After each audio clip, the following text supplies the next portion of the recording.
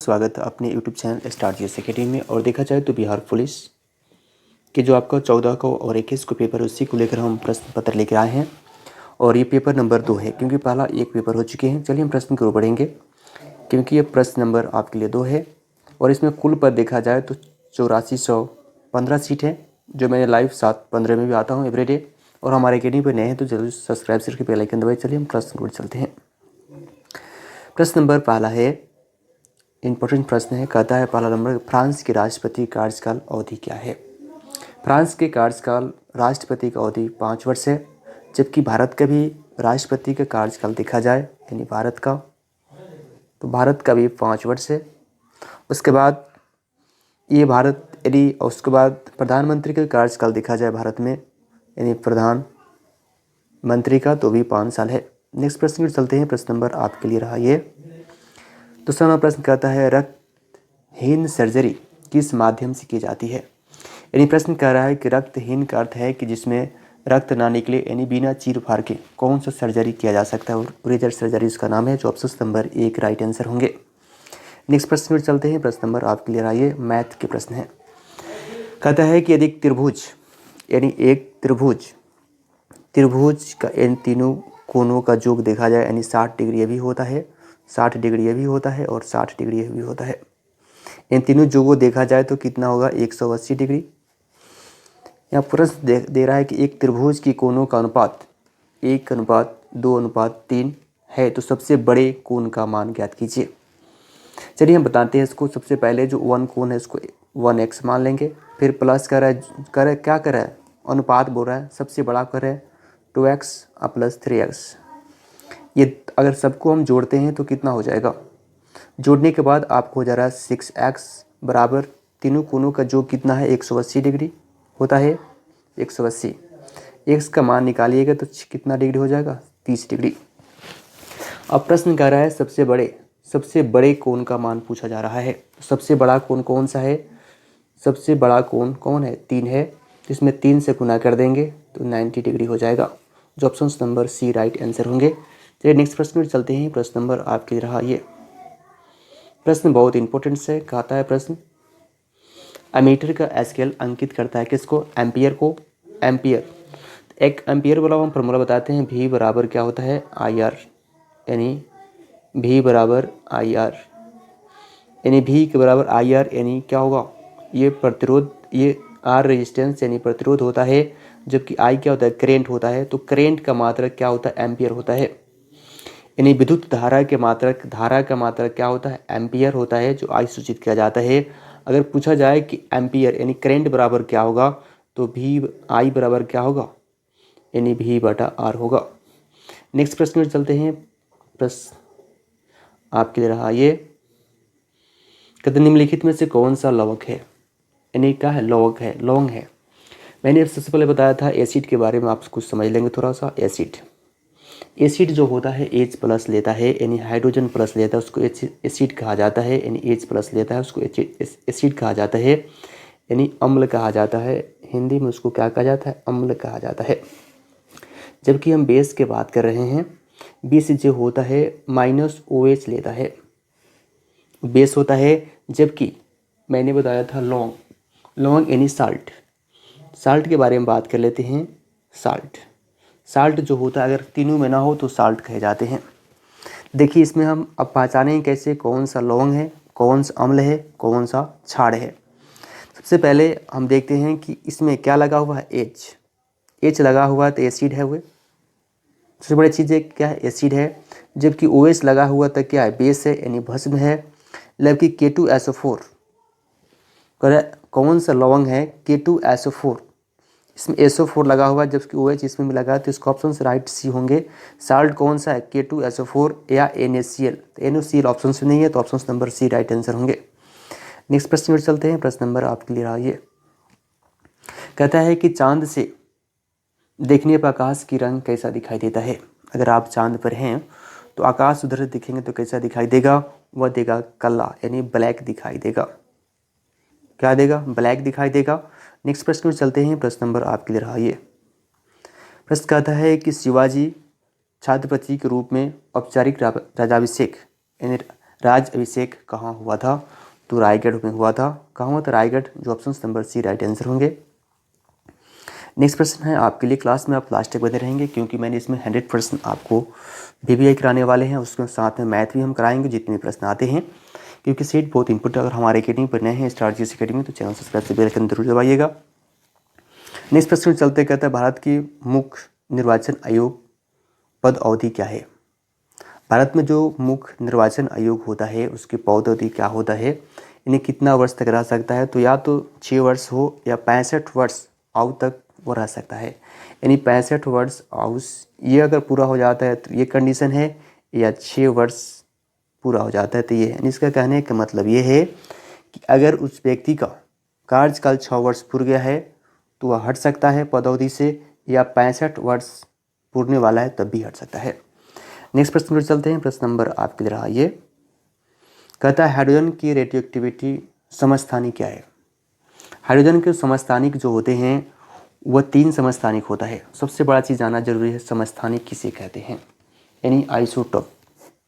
इसका इंग्लिश देखा जाए तो होता है आइसोटोप्स। आइसोटोप्स किसे कहते हैं? आइसोटोप्स इसे कहा जाता है ऐसे परमाणु या एलिमेंट्स जिसकी परमाणु संख्याएं क्या हो, समान हो, लेकिन परमाणु द्रव्यमान क्या भिन्न भिन्न हो।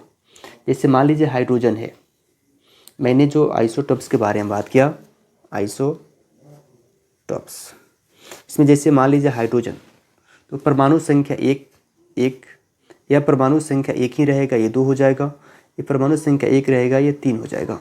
यानी कहने का अर्थ है कि नीचे वाले भाग को हम क्या कहते हैं, परमाणु संख्या कहते हैं, जबकि ऊपर परमाणु द्रव्यमान कहते हैं। यानी परमाणु संख्या क्या है, तीनों का समान है, ये तीनों समान है, लेकिन द्रव्यमान जो है क्या है, भिन्न भिन्न है।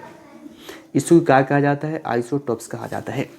ये बात आपको समझ में आ गया। तो इसमें पूछा जा रहा है, अगर देखा जाए आइसोटोप तो अभी डेट्रोनियम भी है और टाइट्रोनियम भी है, लेकिन एक प्रश्न में एक कंडीशन दे दिया गया है, रेडियो एक्टिविटी। यानी रेडियो एक्टिविटी के लिए जब दिया जाएगा तो टाइट्रोनियम होगा, यानी ऑप्शन नंबर क्या होगा, सी राइट आंसर होंगे। नेक्स्ट प्रश्न चलते हैं। प्रश्न नंबर आपके लिए रहा ये, जो मैथ से प्रश्न है, बहुत इंपॉर्टेंट प्रश्न है आपके लिए। कहता है कि 6321 को न्यूनतम संख्या क्या घटाया जाए कि प्राप्त संख्या 14 से पूर्ण तरह विभाजित हो जाए। यानी कहने का अर्थ है इसमें कौन सा ऐसा संख्या घटा दिया जाए कि ये जो है 14 से पूर्ण तरह से विभाजित हो जाए, यानी पूर्ण तरह से कट जाए। इसके लिए करने के लिए हम सबसे पहले इसको भाग देंगे। अगर हम भाग देते हैं 14 से, भाग देने के बाद जो शेष बचता है वही संख्या घटाया जाएगा उसमें से। यानी मैं प्रश्न बता देता हूँ, सबसे पहले इसमें भाग दीजिए, भाग देने के बाद शेषफल बचेगा उसमें से क्या किया जाएगा, घटा दिया जाएगा। तो जब आप भाग दीजिएगा तो इसका शेषफल 7 बचेगा। यानी उस संख्या में से, यानी 6321 में से अगर 7 घटा दीजिएगा आप तो क्या हो जाएगा, 11 हो जाएगा, 4 हो जाएगा, यानी क्या हो जाएगा, 1 हो जाएगा। यानी 6300 कितना होगा, 14 अगर वह संख्या होगा, 6314 अगर वह संख्या होगा तो 14 से पूरी तरह से विभाजित हो जाएगा। यानी क्या घटाए, 7 घटाए। ऑप्शन नंबर इसका देखा जाए तो सी राइट आंसर होंगे। नेक्स्ट प्रश्न में चलते हैं। प्रश्न नंबर आपके लिए रहा ये, प्रश्न कहता है 1802 कि वसीन की संधि का हस्ताक्षर किस मध्य हुआ था? तो अंग्रेज और बाजीराव द्वितीय के बीच हुआ था। ऑप्शन नंबर इसका बी राइट आंसर होंगे। नेक्स्ट प्रश्न पर चलते हैं। अगर हमारे अकेडमी में स्टार GS अकेडमी पर पहली बार विजिट कर रहे हैं तो आप चैनल सब्सक्राइब करके बेल आइकन दबाइए और दोस्तों के पास शेयर कीजिए। चलिए नेक्स्ट प्रश्न पर चलते हैं। प्रश्न नंबर आपके लिए रहा है, कहता है एक व्यक्ति पंचायत चुनाव लड़ सकता है यदि उसको पूर्ण हो गया है। यानी कोई आदमी है या आपके गांव समाज में अगर मुखिया का चुनाव लड़ना चाहता है, सरपंच का चुनाव लड़ना चाहता है तो उसका उम्र कितना होना चाहिए, यही प्रश्न पूछा जा रहा है। तो उस चुनाव व लड़ने के लिए आपको 21 वर्ष पूर्ण उम्र हो जाना चाहिए। जबकि प्रधानमंत्री का अगर चुनाव लड़ना चाहता है तो 25 वर्ष होना चाहिए। अगर ये 35 वर्ष रहा था तो राष्ट्रपति का चुनाव लड़ सकता है। यानी राष्ट्रपति के चुनाव लड़ने के लिए 35 वर्ष चाहिए। जबकि 18 वर्ष जो दिया गया है, अगर आप मत देने का अधिकार आपको 18 वर्ष से पूर्ण हो जाए, अगर आपका उम्र 18 वर्ष हो गया है तो आप मताधिकार कर सकते हैं, यानी आप चुन सकते हैं। जैसे प्रधानमंत्री का चुनाव हो, लोकसभा का चुनाव हो या विधानसभा का चुनाव हो या मुखिया का चुनाव हो, अगर आपका उम्र 18 वर्ष हो गया है तो आप वोट देने लायक हो गए हैं। नेक्स्ट प्रश्न चलते हैं। प्रश्न नंबर आपके लिए रहा ये, कहता है बिहार के किस जिले में गंगा नदी पर विक्रमशिला सेतु का निर्माण किया गया है। यानी प्रश्न जो है यह है, प्रश्न कहता है कि बिहार में किस जिले में गंगा नदी पर, यानी गंगा, बिहार में गंगा जाती है जो पटना शहर बसा हुआ है, गंगा नदी पर बसा हुआ है, विक्रमशिला सेतु का निर्माण किया गया है। तो भागलपुर विक्रमशिला जो है, विक्रमशिला स्कूल भी है जो भागलपुर में स्थित है। यह भी पुलिया का जो निर्माण किया गया है वो कहाँ किया गया है, गंगा नदी पर भागलपुर में किया गया है। जबकि गंगा नदी पटना से जाती है, बक्सर से जाती है, लेकिन मुजफ्फरपुर से गंगा नदी नहीं जाती है। चलिए नेक्स्ट प्रश्न की ओर चलते हैं। प्रश्न नंबर आपकी रहा ये,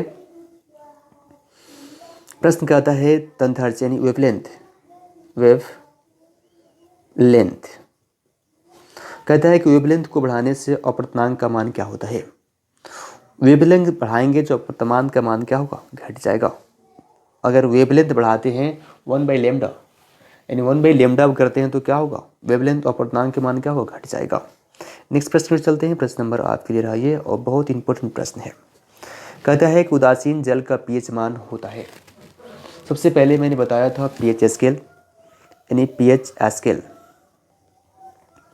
पीएच स्केल देखा जाए तो उस पर 0 से लेकर 14 अंक उस पर होता है, यानी 0 से लेकर 14 अंक उस पर लिखा रहता है एक स्केल पे। ठीक है, स्केल पर 0 से लेकर 14 तक होता है, जबकि यहाँ 7 होता है। 7 से कम को क्या कहा जाता है, अम्ल कहा जाता है। जबकि 7 से अधिक को क्या कहा जाता है, क्षार कहा जाता है, यानी बेस कहा जाता है। और जो ये जो मान होता है जिसका 7 होता है उसी का उदासीन कहा जाता है। तो इसका आंसर देखा जाए तो 7 किस में होगा, ये होगा जो ऑप्शन नंबर क्या होगा, ये राइट आंसर होंगे। उदासीन पीएच मान का मान कितना होता है, 7 होता है। जबकि 7 से अधिक है तो इसको क्या कहेंगे, हम बेस कहेंगे या भस्म कहेंगे, इसको क्या कहेंगे, अम्ल कहेंगे। 7 से कम को क्या कहेंगे, अम्ल कहेंगे, अम्ल कहेंगे। आप समझ गए होंगे। चलिए हम नेक्स्ट प्रश्न में चलते हैं। प्रश्न नंबर आपके लिए रहा ये, कहता है लेजर्स का आविष्कार कब किया गया। मैंने एक और पहले बता दिया था, बायोलॉजी से प्रश्न था जिसमें प्रश्न पूछा जा रहा था कि रक्तहीन सर्जरी किससे किया जाता है, तो लेजर से मैंने बताया था, यानी लेजर किरण भेजकर किया जा सकता है। अब उसी का आविष्कार पूछा जा रहा है तो 1960 में आविष्कार किया गया है। कमेंट जरूर कीजिएगा। चलिए नेक्स्ट प्रश्न में चलते हैं। प्रश्न नंबर आपके लिए रहा ये, कहता है कांच के अवतल लेंस को जब पानी में डुबाया जाता है तब यह हो जाता है। प्रश्न है कि जब कांच है और क्या कह रहा है, अवतल लेंस कहा जा रहा है, उत्तल लेंस नहीं है, जबकि अवतल लेंस है। क्या है, अवतल लेंस है।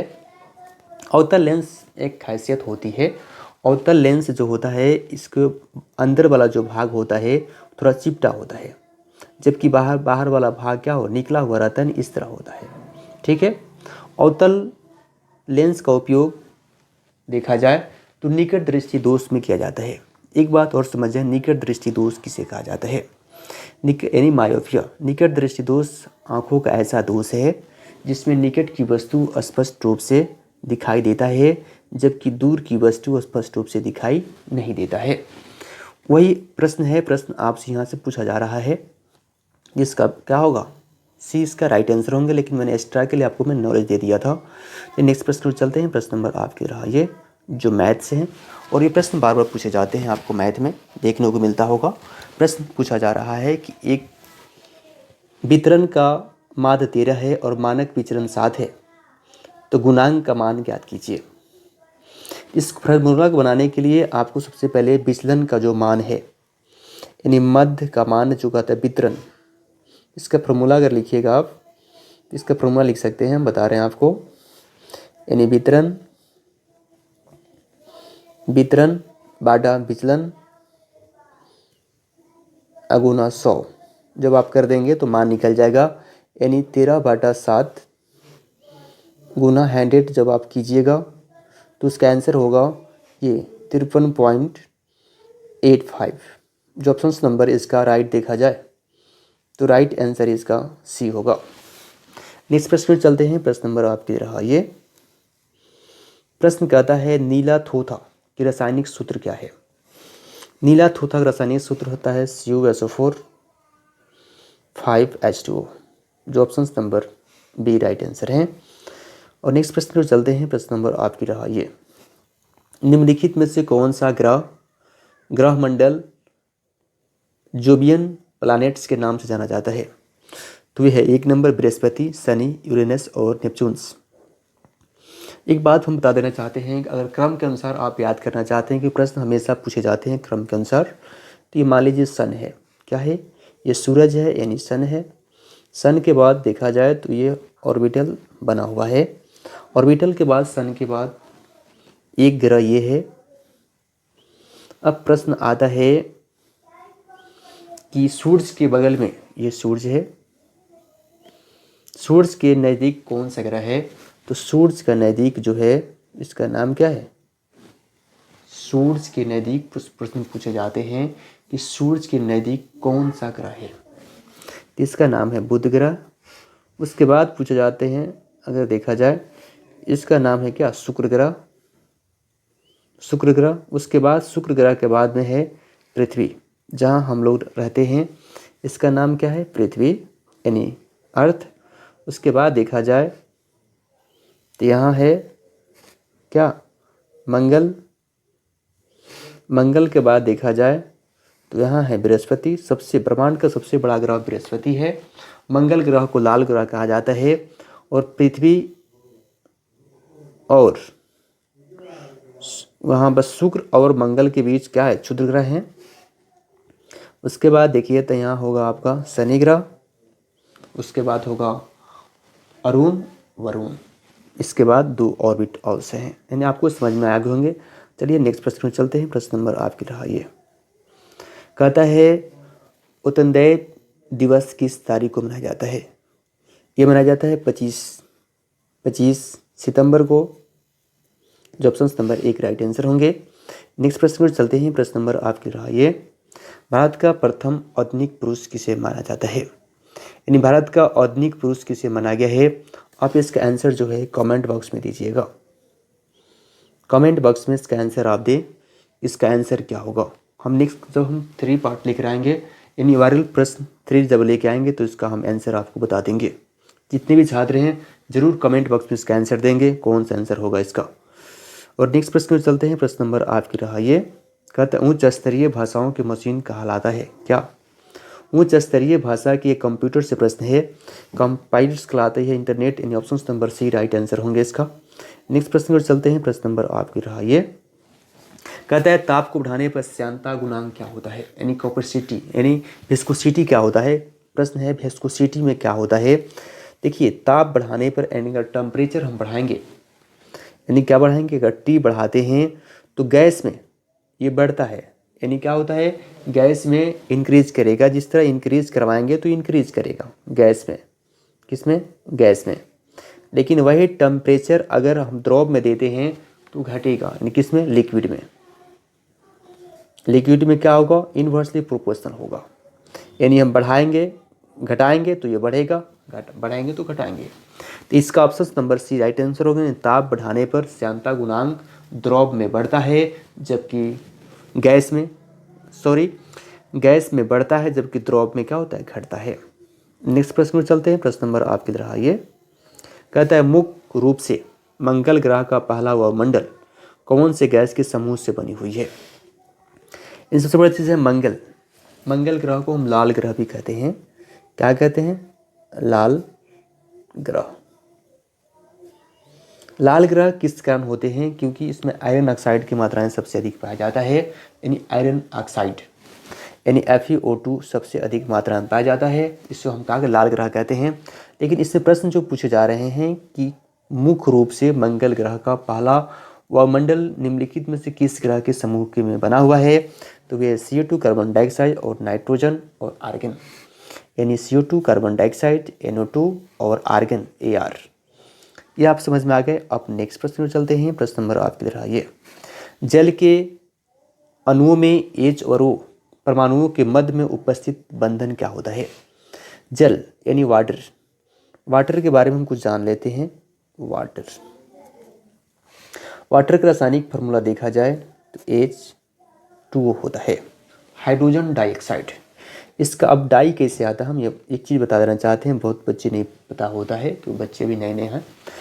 H से हाइड्रोजन होता है, O से ऑक्सीजन होता है, यानी हाइड्रोजन ऑक्सीजन कहना चाहिए, लेकिन दो लगा है, दो को कहा जाता है डाई, यानी क्या हुआ, हाइड्रोजन डाइऑक्साइड। इसका अगर हम बाउंड की बात करें तो 104 डिग्री 9 मिनट की बनाती है इसका बाउंड, ठीक है। इसका अगर हम देखें हाइब्रिडाइजेशन की बात करें तो sp3 होता है, और यह बंधन जो बनाती है ससंयोजक बंधन बनाता है। Option number D right answer होंगे। नेक्स्ट प्रश्न की ओर कहता है सीमेंट में जिस्टम को मिलाने का कारण क्या है। सीमेंट जो बनता है, सीमेंट जो बनता है, सीमेंट में जिस्टम यानी एक एलिमेंट्स होता है, जिस्टम मिलाया क्यों जाता है, क्योंकि सीमेंट को जमने के दर जो है कम किया जा सके। तो सीमेंट जो है सबसे अधिक समय में जम जाता है, दर को कम करने के लिए इसको उपयोग किया जाता है, जो ऑप्शन नंबर 1 राइट आंसर होंगे। नेक्स्ट प्रश्न है जो मैथ से है, और मैथ बहुत इंपॉर्टेंट प्रश्न जरूर देखिएगा।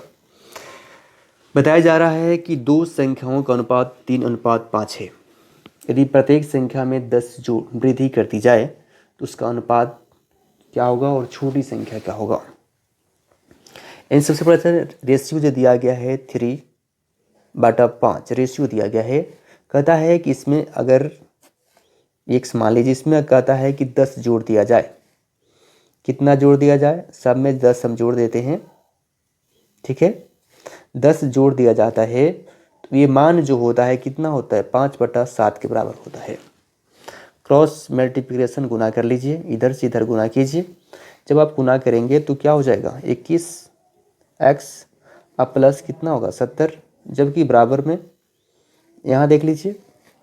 उसके बाद हम इस पार्ट को करते हैं गुना, इसमें 25x, उसके बाद हम प्लस कर लेंगे, क्या होगा 50 हो गया। हम इसको अब एक साइड कर लेते हैं, x को जब इधर करेंगे तो कितना होगा 4x, इधर करेंगे तो 20 होगा। x का मान क्या होगा 5। तो छोटी मान पूछ रहा है, तो छोटी मान कौन सा है, इसमें छोटा मान कौन सा है, 3 है। तो 3 में 5 से गुना कर देंगे, कितना होगा 5×3=15। जो ऑप्शन नंबर कितना में है, सी नंबर राइट आंसर होंगे। कमेंट जरूर कीजिएगा और लाइक जरूर वीडियो कर दीजिए और दोस्तों के पास शेयर कीजिए। नेक्स्ट प्रश्न भी आ रहे हैं हमारे अकेडमी से, जो बहुत जल्द मिलेंगे। चलिए ये नेक्स्ट प्रश्न आ गए। अमलगम का सबसे औसत अव्यय कौन सा है। तो अमलगम जो होता है उसमें क्या पाया जाता है, Hg यानी पारा पाया जाता है। पारा का परमाणु संख्या देखा जाए तो 80 होता है। Fe ये 26 होता है। ये लेड है, सीसा है। चलिए नेक्स्ट प्रश्न में चलते हैं। प्रश्न नंबर आपके लिए रहा ये, चीनी के रासायनिक सूत्र क्या है। चीनी शुगर का रासायनिक सूत्र इसमें नहीं दिया गया है, लग रहा है हमको, हम लिख देते हैं H22O11। इसमें नहीं दिया गया है, लेकिन राइट आंसर यही होगा जो ऑप्शंस में नहीं दिया गया है। इसके लिए हम सॉरी आपसे मांगना चाहते हैं। नेक्स्ट प्रश्न की ओर, प्रश्न नंबर आपके रहा ये, कहता है भारत में नागरिकों के मौलिक अधिकारों का संशोधन कौन कर सकता है। भारत में मौलिक अधिकार देखा जाए नागरिकता भाग 2 में है, जबकि मौलिक अधिकार भाग 3 में है। संविधान के भाग 3 में दिया गया है मौलिक अधिकार। अनुच्छेद का बात करें हम, अनुच्छेद देखा जाए तो 12 से 35 के बीच दिया गया है। अनुच्छेद 12 से 35 के बीच मौलिक अधिकार दिया गया है। इसमें संशोधन का अर्थ यह है, इसमें फेरबदल करने का अधिकार किसको दिया गया है, तो संसद को दिया गया है। संसद में देखा जाए तो 2 भाग में होता है, लोकसभा और राज्यसभा। तो इसका आंसर राइट क्या होगा, संसद। अब नेक्स्ट प्रश्न में चलते हैं। प्रश्न नंबर आपका ये सभी हो गए हैं, और आपको मैंने जितनी प्रश्न बताए सभी PPI है, और इस प्रश्न को आप अगर पूरा देखा है तो निश्चित है आपको बेस्ट ऑफ लक और थैंक यू। और दोस्तों के पास जरूर शेयर कीजिएगा। आप सभी बहुत बहुत धन्यवाद। और नेक्स्ट पार्ट हमारा 3 आ रहा है, वायरल प्रश्न 3, उसको जरूर देखिएगा।